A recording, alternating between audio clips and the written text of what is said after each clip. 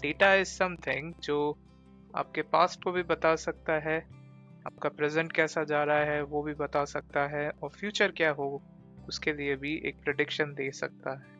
तो डेटा जो है it's becoming like an invaluable currency.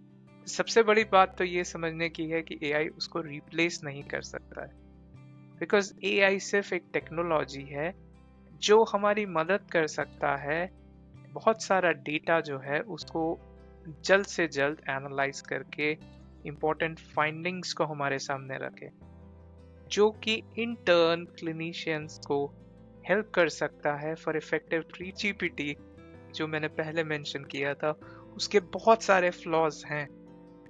अगर आप चैट जीपीटी का देखें, चैट जीपीटी जो भी टेक्स्ट जनरेट करता है वो एक उसका टिपिकल स्ट्रक्चर है, उसके रेफरेंसेस गलत होते हैं। हम्म तो दैट्स द फ्लॉ। अगर आप उसे ब्लाइंडली यूज करेंगे तो नहीं चलेगा। To that UK education system में अगेन कोशिश होती है स्टूडेंट टेक्नोलॉजी को सीखे, बट उसका जो इवैल्यूएशन सिस्टम है वो काफ़ी ही डिफरेंट है। यहाँ पे ऑथेंटिक लर्निंग या ऑथेंटिक एग्जामिनेशन प्रोसेस यूज किया जाता है, जहाँ पे स्टूडेंट को एक रियल वर्ल्ड प्रॉब्लम दिया जाता है, एक सर्टेन टाइम पीरियड दिया जाता है जिस ड्यूरेशन में स्टूडेंट को उसको सॉल्व करके सबमिट करना हो। एक आखिरी सवाल मेरा ये है कि आगे के लिए इन फ्यूचर क्या यही कोर्सेज, यही टेक्नोलॉजी अगर इंडिया में भी मिले तो बाहर से करने का और इंडिया से करने में क्या फर्क है? कितना फर्क पड़ेगा करियर में या फ्यूचर अपॉर्चुनिटीज? अगर किसी ने एक्स जगह से कोई कोर्स किया है तो वो अभी क्या कर रहा है, वहाँ पे आपको क्लियर ट्रांजिशन दिखेगा कि अगर इसने यहाँ से 1 साल का कोर्स किया है और वो अभी उसी रिलेटेड कोर्स से कोई जॉब कर रहा है, इट मींस फ्रूटफुल ट्रांजिशन उसको मिल रहा है। लाइफ आपको कहाँ की बेहतर लगती है? यूके में जहां आप रहे हैं इतने साल, या आप जब इंडिया में थे, कहाँ की लाइफ आपको बेहतर सूट करी? तो ये आपका पर्सपेक्टिव है लाइफ का। आप कहाँ ग्रास को ज्यादा ग्रीन देख रहे हो।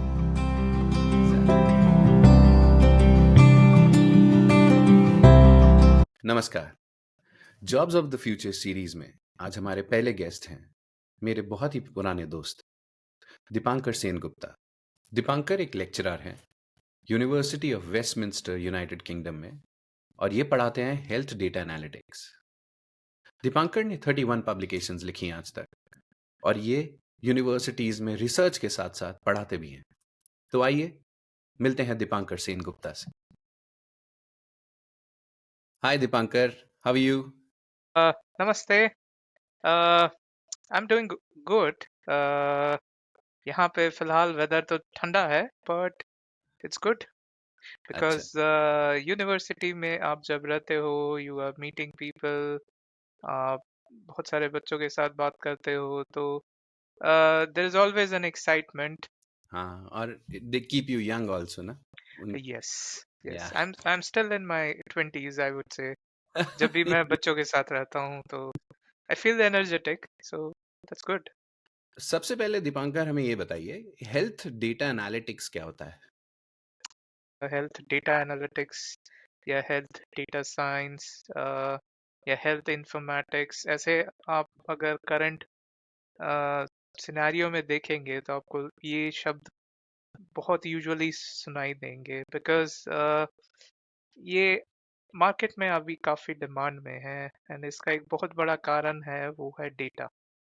डेटा जो है वो अभी के सिनेरियो में देखा जाए या आने वाले सिनेरियो में देखा जाए तो ये बहुमूल्य होता जा रहा है, बिकॉज डेटा इज समथिंग जो आपके पास्ट को भी बता सकता है, आपका प्रेजेंट कैसा जा रहा है वो भी बता सकता है, और फ्यूचर क्या हो उसके लिए भी एक प्रिडिक्शन दे सकता है।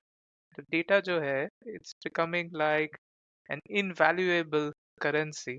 कि डेटा एनालिटिक्स में एक टेक्नोलॉजी जो बहुत यूज होती है, मशीन लर्निंग, उसमें एक काइंड ऑफ स्पेशलाइज्ड एल्गोरिदम्स होते हैं जिन्हें कहा जाता है रिकमेंडेशन एल्गोरिदम्स, और ये एल्गोरिदम्स आपके डेटा को एनालाइज करके सजेस्ट करता है कि आपको क्या खरीदना चाहिए या क्या देखना चाहिए. So this is becoming part of our lifes. And जब हम हेल्थ डेटा एनालिटिक्स या हेल्थ डेटा साइंस की बात करते हैं, तो हम जो सिमिलर काइंड ऑफ टेक्नोलॉजी है उसको यूज करने में लाते हैं with respect to health data, because health care scenario में भी अभी बहुत सारा डेटा डिजिटली कैप्चर हो रहा है. एंड पहले की बात हम करें अगर हेल्थ सिचुएशंस की या हेल्थ सिनेरियो की, तो नॉर्मली जो पेशेंट डेटा होता था उसको कंसिडर किया जाता था जो वो डॉक्टर के पास जा रहा है, जो टेस्ट हो रहा है, जस्ट एक डायमेंशनलिटी को कंसिडर किया जाता है. बट टेक्नोलॉजी के एडवांसमेंट के साथ और ये भी देखा गया है कि सिर्फ क्लिनिकल जो ऑब्जर्वेशंस है सिर्फ वो डिटरमाइन नहीं करते हमको कैसा डिजीज हो रहा है या डिजीज कैसा प्रोग्रेस कर रहा है, बट जेनेटिक फैक्टर्स जो हैं या फिर हमारा जो लाइफस्टाइल है, हमारा जो सोशियो इकोनॉमिक कंडीशंस है, ये सारे एक साथ मिलके कंट्रीब्यूट करते हैं. जैसे डायबिटीज जो है, ये more of a lifestyle disease है. हम कितने एक्टिव हैं, हम किस तरह का खाना खाते हैं, यस. ये सारा का सारा कंट्रीब्यूट करता है. तो बेसिकली हेल्थ डोमेन में भी अभी डिफरेंट काइंड्स ऑफ डेटा, जिसे हम हेट्रोजीनियस डेटा भी कहते हैं, जनरेट हो रहा है.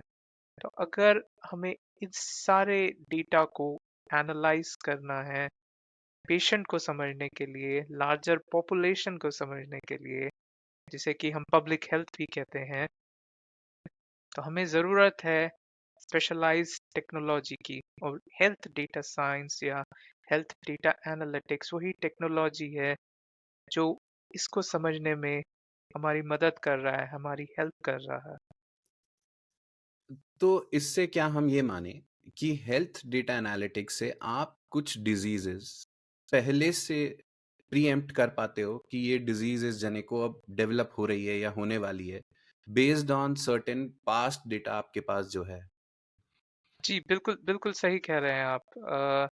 जैसे कि एक एस्पेक्ट होता है डायग्नोसिस का, और हेल्थ डेटा साइंस या हेल्थ डेटा एनालिटिक्स के थ्रू हम ऐसे डिजिटल टूल्स बना सकते हैं जो पेशेंट के पास डेटा और पेशेंट जैसे ही सिमिलर लोग का डेटा एनालाइज करके वो एक अर्ली डायग्नोस्टिक प्रेडिक्शन दे सके. कि फॉर एन एग्जांपल, अगर फैमिली में ऑलरेडी डायबिटीज है पेरेंट्स हम्म. को, और उस इंफॉर्मेशन के साथ साथ अगर हमें ये पता है कि कोई एक पर्सन जो है वो किस तरह का लाइफस्टाइल व्यतीत कर रहा है, किस तरह का खाना खा रहा है, कितनी क्वांटिटी में खा रहा है, तो या. हम ऐसा एप्लीकेशन डेवलप कर सकते हैं या हेल्थ डेटा साइंस ऐसा एप्लीकेशन बना सकता है जो कि प्रेडिक्ट कर सके कि कितनी चांसेस है ये पेशेंट को डायबिटीज होगा एंड कब तक होगा. वो एक प्रोबेबिलिस्टिक एस्टिमेशन बनाया जा सकता है. ओके. आर्टिफिशियल इंटेलिजेंस कितने जॉब्स कम कर सकती है in future in your field? ये बड़ा ही अच्छा सवाल है. खासकर कि जब से चैट जीपीटी आया है, या. मेरे ख्याल से पूरी दुनिया ही थोड़ी सी हिल गई है कि एआई आ गया है और ये क्या कर रहा है. देखिए, सबसे पहले जो इम्पोर्टेंट बात है वो आपको टेक्नोलॉजी को समझना पड़ेगा. टेक्नोलॉजी क्या कर रही है, कैसे कर रही है और क्यों कर रही है. आप ये किसी भी फील्ड में जाएं, this is what the crux is है. कोई भी डॉक्टर तब तक कोई डायग्नोसिस या ट्रीटमेंट नहीं करता है जब तक उसको मर्ज समझ में ना आ जाए, ये क्यों हो रहा है, कैसे हो रहा है. सबसे बड़ी बात तो ये समझने की है कि एआई उसको रिप्लेस नहीं कर सकता है, बिकॉज एआई सिर्फ एक टेक्नोलॉजी है जो हमारी मदद कर सकता है बहुत सारा डेटा जो है उसको जल्द से जल्द एनालाइज करके इम्पोर्टेंट फाइंडिंग्स को हमारे सामने रखे, जो कि इन टर्न क्लिनिशियंस को हेल्प कर सकता है फॉर इफेक्टिव ट्रीटमेंट। आप आप करंटली अगर इंडिया का सिनेरियो देखें, हमारा पॉपुलेशन 1.5 बिलियन हिट हो चुका है, पर डॉक्टर, जो नंबर ऑफ पेशेंट्स एक डॉक्टर को देखना पड़ रहा है, अगर हम रेशियो देखें, this would be high in terms of lakhs. हम थाउजेंड्स की भी बात नहीं कर रहे हैं। एक doctor probably somewhere is responsible for 1 से 1.5 लाख पेशेंट्स, यस। जो कि ह्यूमनली पॉसिबल नहीं है। अगर हम एक्सपेक्ट कर रहे हैं किसी डॉक्टर को हर एक को देखने का, this is nearly impossible. India में और यूके में एजुकेशन फैसिलिटीज, रिसर्च फैसिलिटीज, इनमें कितना फर्क है, और इंडियन यूनिवर्सिटीज को अभी और किन चीजों की, किन इक्विपमेंट्स की और किस तरह की टेक्नोलॉजी इंटीग्रेट करने की जरूरत है? मुझे थोड़ी बहुत इसका आइडिया है, क्योंकि मैंने इंडियन एजुकेशन सिस्टम में भी काम किया है। फिलहाल मैं यूके एजुकेशन सिस्टम में भी काम कर रहा हूँ। एक बहुत बड़ा डिफरेंस है कि हम किस टाइप का लर्निंग मॉडल इम्प्लीमेंट करते हैं।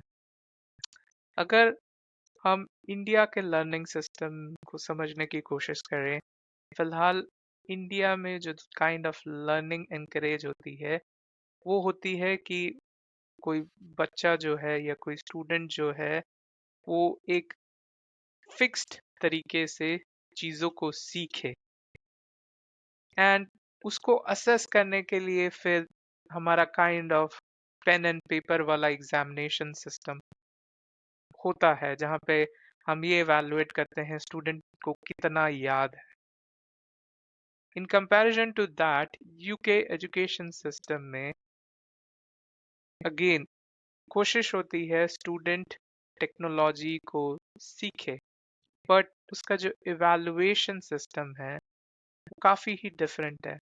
यहाँ पे ऑथेंटिक लर्निंग या ऑथेंटिक एग्जामिनेशन प्रोसेस यूज़ किया जाता है, जहाँ पे स्टूडेंट को एक रियल वर्ल्ड प्रॉब्लम दिया जाता है, एक सर्टन टाइम पीरियड दिया जाता है, जिस ड्यूरेशन में स्टूडेंट को उसको सॉल्व करके सबमिट करना होगा। जैसा कि अगर आप किसी कंपनी में भी जाके काम करें, तो कंपनी आपको बैठा के 3 घंटे का एग्जाम नहीं लेगी, वो हम्म। आपको एक प्रॉब्लम देगी कि आपको इस प्रॉब्लम को सॉल्व करके सबमिट करना है, क्योंकि रियल वर्ल्ड में यही होगा। हम्म। वहां पे पेन एंड पेपर से आप अगर इसको शॉर्ट में कहें तो हम ये कहेंगे कि Indian education system is more memory based, कि आपको कितना याद है, और UK education system is more application based, कि आपको जी जो बिल्कुल। कॉन्सेप्ट है उसका एप्लीकेशन करने के लिए आपको टाइम दिया जाता है। ओके। हमारे स्टूडेंट्स को जो इंडिया से डिग्रीज लेते हैं, बायोटेक्नोलॉजी, बायोइन्फॉर्मेटिक्स या किसी भी ऐसे सब्जेक्ट में जो आगे जाके हेल्थ पे वो काम कर सके, इसके ऊपर किस तरह वो अपने आप को अपग्रेड कर सकते हैं? क्या कोर्सेज ले सकते हैं? किस जगह जाके पढ़ाई कर सकते हैं? या कुछ एक्स्ट्रा स्किल क्या वो डेवलप कर सकते हैं कि वो बेस्ट के साथ compete कर सके? ये बड़ा ही अच्छा सवाल है, एंड आई थिंक जो सबसे पहली चीज़ है जो स्टूडेंट्स को देखना चाहिए, वो है उनका पैशन क्या है। आई थिंक पैशन जो है वो सब कुछ ड्राइव करता है। अगर आप फोर्सफुली कोई चीज़ करेंगे, तो आप थोड़े देर बाद ही बोर हो जाएंगे, आपको लगेगा मैं ये क्या कर रहा हूँ। तो अगर आपका टेक्नोलॉजी में पैशन है या आपका हेल्थ में पैशन है, देन ये एक फील्ड है जो आप एक्सप्लोर कर सकते हैं। अब मैं अलग अलग सिनारियो से आपको पॉसिबिलिटी बता रहा हूँ। जैसा कोई लाइफ साइंसेस बैकग्राउंड से आ रहा है या बायोटेक्नोलॉजी बैकग्राउंड से आ रहा है, जिसका पैशन है कि वो टेक्नोलॉजी को यूज करके ऐसे सॉल्यूशंस डेवलप करे, तो आई थिंक अगर वो बैचलर्स करके आ रहा है, तो उनको ऐसे मास्टर कोर्स देखने चाहिए जो कि इसे अटेन करने में उनकी हेल्प करे। ऐसे एंड कुछ इस कोर्सेज का आप नाम बता सकते हो ऑफ द? अ, जी जी बिल्कुल, मैं यहाँ पे थोड़ा सा सेल्फिश होऊंगा। मैं ये कहूँगा, क्योंकि मैं एक यूनिवर्सिटी में ऑलरेडी यहाँ एसोसिएटेड हूँ और एक एक मास्टर कोर्स का मैं कोर्स लीडर भी हूँ या कोर्स डायरेक्टर भी हूँ। ये कोर्स है global public health with data science. ये 1 साल का मास्टर कोर्स है एंड यहाँ पे हम स्टूडेंट्स को ट्रेन करते हैं डेटा साइंस में। हम उनको प्रोग्रामिंग सिखाते हैं, हम उनको मशीन लर्निंग सिखाते हैं एंड फिर different public health based courses जो हैं, जैसे कि नॉन कम्युनिकेबल डिजीजेस या फिर इन्फेक्शियस डिजीजेस, या फिर हम हेल्थ इकोनॉमिक्स को भी कंसिडर करते हैं, बिकॉज अगेन इकोनॉमिक्स एक बहुत बड़ा फैक्टर है इन पब्लिक हेल्थ। तो इस कोर्स में हम यूजुअली ऐसे स्टूडेंट्स आते हैं, ये अभी सेकेंड ईयर में ही है ये कोर्स, बट ये काफ़ी पॉपुलर हो चुका है। द रीज़न, हम शायद ग्लोबली एकमात्र ही हैं जो ऐसा कोर्स चला रहे हैं। अगर आप देखें तो आपको बहुत सारे ग्लोबल पब्लिक हेल्थ के कोर्सेज मिलेंगे जो अलग अलग यूनिवर्सिटीज में डिफरेंट कंट्रीज में चल रहे हैं। आपको कोई भी ऐसा कोर्स नहीं मिलेगा जो ग्लोबल पब्लिक हेल्थ और डेटा साइंस को साथ में कर रहा है। तो हम जो है, हम लोगों ने फर्स्ट था जो इसे स्टार्ट किया। अभी तक हम एकमात्र ही हैं जो हैं। होपफुली इन फ्यूचर और ऐसे कोर्सेज आए, बट यहाँ पे स्टूडेंट्स को अपॉर्चुनिटी है, स्पेशली जो स्टूडेंट लाइफ साइंस बैकग्राउंड से आ रहे हैं, वो सीख सके डेटा साइंस को। एंड यहाँ पे मैं आपको एग्जांपल दूंगा। हमारा जो स्टूडेंट्स है इस कोर्स में बहुत ही डाइवर्स हैं। कुछ स्टूडेंट्स हैं जो कि क्लिनिकली डॉक्टर थे, जो कि अब यहाँ पे डेटा साइंस सीख रहे हैं। कुछ स्टूडेंट्स नर्सेस थी पहले, जो अब यहाँ पे डेटा साइंस सीख रहे हैं। कुछ स्टूडेंट्स जो थे वो माइक्रोबायोलॉजी से हैं। तो हमारे पास डिफरेंट बैकग्राउंड के स्टूडेंट्स आ रहे हैं। अब हर हर कोई स्टूडेंट डेटा साइंस में आगे जाए ज़रूरी नहीं है, बिकॉज ये कोर्स उनको हेल्प करता है टू अंडरस्टैंड ऑल्सो उनका पैशन क्या है। किसी का अगर इकोनॉमिक्स में इंटरेस्ट है, हेल्थ इकोनॉमिक्स में, तो उस एवेन्यू को भी एक्सप्लोरेशन करने की यहाँ पे एक पॉसिबिलिटी है। सो ये एक एग्जाम्पल कोर्स है। सिमिलरली अगर कोई कंप्यूटेशनल बैकग्राउंड से है और उसका इंटरेस्ट ऐसा हेल्थ बेस्ड कोर्स में जाने का है, तो अगेन ये एक कोर्स है। बट अगेन कुछ स्पेशलाइज्ड मास्टर कोर्सेज भी होते हैं, जैसे हेल्थ इंफॉर्मेटिक्स के कोर्सेज हैं। हमारी यूनिवर्सिटी में इसका कोई भी कोर्स नहीं है, बट जैसे इंपीरियल कॉलेज है लंदन में या किंग्स कॉलेज है, वहाँ पे मास्टर्स इन हेल्थ इंफॉर्मेटिक्स के कोर्सेज चलते हैं। वो एक और एवेन्यू है एक्सप्लोर करने के लिए। तो मेरा यही सजेशन होगा एस्पायरिंग स्टूडेंट्स को कि आप अपने पैशन को फॉलो करें, एक प्रॉपर रिसर्च करें कि कौन सी यूनिवर्सिटीज़ हैं जहाँ पे आप अपने पैशन को रियलिटी में बदल देखने की पॉसिबिलिटी देख रहे हैं। सिर्फ यूके एंड यूएस तक लिमिट ना रहे, बहुत सारी यूरोपियन कंट्रीज में भी ऐसे कोर्सेज आपको मिलेंगे। वहाँ पे जो एक चीज आपको कंसिडरेशन में लानी होगी वो ये होगी कि आपको एक लैंग्वेज भी सीखना पड़ेगा।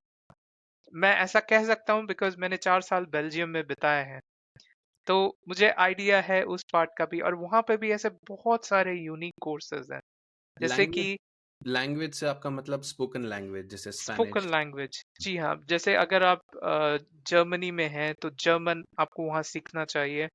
अगर आप बेल्जियम में हैं तो आपको आइदर फ्रेंच या डच। अगर आप नीदरलैंड्स में हैं तो डच। तो हर एक कंट्री में एक लैंग्वेज है। USA, United kingdom, Canada, Australia, Singapore, ये सारी इंग्लिश बेस्ड कंट्रीज हैं। बट मेरा यही सजेशन होगा, आप लिमिट ना रखें, क्योंकि हो हम्म, सकता है आपको एक similar kind of course European country में भी मिले जो कि प्राइस वाइज आपको कम पड़े, या फिर हो सकता है आपको वहां पे स्कॉलरशिप मिले। जैसे जर्मनी में डार्ट फेलोशिप होती है जो आपके मास्टर कोर्सेज को कवर अप कर सके। सो आपको अपना रिसर्च करना पड़ेगा, डू दैट रिसर्च जो कि आपको हेल्प करे आपके जो भी आपका ड्रीम है उसको रियलिटी में बदल देने के लिए। जस्ट ब्लाइंडली फॉलो मत कीजिए। आगे के लिए इन फ्यूचर क्या यही कोर्सेज, यही टेक्नोलॉजी अगर इंडिया में भी मिले तो बाहर से करने का और इंडिया से करने में क्या फर्क है? कितना फर्क पड़ेगा करियर में या फ्यूचर अपॉर्चुनिटीज? आप प्रोज एंड कॉन्स देखिए। अगर आप कोई कोर्स इंडिया से कर रहे हैं तो आपका प्रोज क्या है और कॉन्स क्या है। आप कांटेक्ट कीजिए एलुमनी के साथ जो उस पर्टिकुलर कोर्स के एलुमनी है, एंड ये बहुत ही ज़रूरी है। कई बार हम कांटेक्ट करते हैं, वो उस यूनिवर्सिटी के एलुमनी हो सकती है बट उस कोर्स की नहीं। आप उनसे कांटेक्ट कीजिए, उनका फीडबैक लेने की कोशिश कीजिए। अगेन, इजी टू से, डिफिकल्ट टू बी डन। हो सकता है कोई आपको रिस्पॉन्स ही ना करे। तो आप इस पे एक्सप्लोर कीजिए, रिसर्च कीजिए, क्या कह रहे हैं ओपनली मार्केट में, क्या इंफॉर्मेशन अवेलेबल है। आप ट्रांजिशन देखिए। अगर किसी ने एक्स जगह से कोई कोर्स किया है तो वो अभी क्या कर रहा है, वहां पे आपको क्लियर ट्रांजिशन दिखेगा कि अगर इसने यहाँ से 1 साल का कोर्स किया है और वो अभी उसी रिलेटेड कोर्स से कोई जॉब कर रहा है, इट मींस फ्रूटफुल ट्रांजिशन उसको मिल रहा है। आप कंपेयर कीजिए कि कोर्स की डिलीवरी कैसे हो रही है, क्या क्या चीजें दिखाए सिखाए जा रही है, उस कोर्स को पढ़ाने वाले फैकल्टी कौन कौन इन्वॉल्व है, उनका स्किल सेट क्या है। ये इंफॉर्मेशन आपको रेडिली मिल जाएगी अगर आप थोड़ा सा रिसर्च करें। कई यूनिवर्सिटीज ऐसी भी हैं जो कि स्टूडेंट पार्टिसिपेशन को बढ़ाने के लिए या प्रोस्पेक्टिव स्टूडेंट्स को इंफॉर्मेशन देने के लिए ओपन डेज ऑर्गेनाइज करती है। यूके में ये कॉमन प्रैक्टिस है। हर एक यूनिवर्सिटी ओपन डे ऑर्गेनाइज करती है अपने under graduate and post graduate courses के लिए। तो आप ऐसे ओपन डेज को ज्वाइन करने का कोशिश कीजिए। इंटरनेशनल स्टूडेंट्स के लिए पॉसिबिलिटीज होती है वो ऑनलाइन ऐसी मीटिंग्स को ज्वाइन करे, जहाँ पे जो कोर्स टीम है वो आके इंफॉर्मेशन शेयर करती है, वो बताते हैं कोर्स डिलीवरी कैसी होती है, क्या सिस्टम है। अब सवाल तो मेरे खत्म हो चुके हैं, बट एक ऑन अ लाइटर नोट आप ये बताइए कि लाइफ आपको कहाँ की बेहतर लगती है? यूके में जहाँ आप रहे हैं इतने साल, या आप जब इंडिया में थे, कहाँ की लाइफ आपको बेहतर सूट करी? जो चीजें इजी थी इंडिया में वही चीजें डिफिकल्ट हो गई बेल्जियम में जाके। बट जो चीजें डिफिकल्ट थी इंडिया में वो एग्जाम्पल चीजें, दिखे तो इसका, अगर देखिए, कोई। एक एक बहुत बड़ा डिफरेंस जो मुझे दिखा था इंडियन वर्क कल्चर में एंड यूरोपियन वर्क कल्चर में, वो है वर्क लाइफ बैलेंस का। हम्म। इंडियन वर्क कल्चर जो है वो आपका वर्क और पर्सनल लाइफ का जो डिफरेंस है वो बहुत ही कम कर देती है। थिंग्स बहुत ज़्यादा मिक्सअप हो जाती है एंड धीरे धीरे वो आपके पर्सनल लाइफ को खाने लगती है, आप समझ भी नहीं पाते हो। In comparison to that European work life, Europe में ये चीज़ मैंने ऑब्जर्व की थी, जो वर्क लाइफ बैलेंस है वो बेटर है। आपके जो वर्किंग आवर्स है वो वर्किंग आवर्स है, उसके बाद आपको कोई भी कांटेक्ट नहीं करेगा with respect to your work. आपके पर्सनल लाइफ के लिए बेटर सपोर्ट है। इंडिया में हमको बहुत ज़्यादा हाउस होल्ड सपोर्ट मिलता है, अ, जो कि कंपैरेटिवली एक चीपर प्राइस में मिलता है, जो कि हमारे डेली टू डेली लाइफ को ईज करने में हेल्प करता है। वो चीज़ यहाँ पे डिफिकल्ट है, आपको हर काम खुद करना पड़ेगा। तो ये आपका पर्सपेक्टिव है लाइफ का, आप कहाँ ग्रास को ज़्यादा ग्रीन देख रहे हो। Exactly. So thank you Dipankar, thank you for these wonderful insights. और मुझे लगता है आपकी इस इंफॉर्मेशन से बहुत सारे लोगों को जो अपने बच्चों को बाहर भेजना चाहते हैं या इन फील्ड्स में पढ़ाना चाहते हैं या इन यूनिवर्सिटीज़ को असेस करना चाहते हैं, उनको बहुत फ़ायदा मिलेगा। Thank you so much for being a part of this podcast. जी, धन्यवाद। मतलब मुझे भी बड़ा अच्छा लगा कि आपने मुझे यहाँ इनवाइट किया और अपने विचार रखने के लिए ये मौका दिया। बहुत बहुत धन्यवाद। एंड आई होप ये हेल्प करे उन स्टूडेंट्स को जो इस फील्ड में अपना करियर बनाने का सोच रहे हैं। अ, अगर ऐसा कोई प्रोस्पेक्टिव स्टूडेंट है या पेरेंट है जिनको इस फील्ड में ज़्यादा इंफॉर्मेशन और चाहिए, तो वो मुझे कांटेक्ट भी कर सकते हैं मेरे ईमेल एड्रेस पर। आपका अ, ईमेल मैं डिस्क्रिप्शन में नीचे डाल दूँगा। जी जी, धन्यवाद। मतलब अगर ऐसा कोई भी है, मैं पूरी कोशिश करूंगा उनके क्वेश्चंस को आंसर करने में। ठीक ठीक है Dipankar, thank you so much. Thank you for thank being you. Part. Thank you.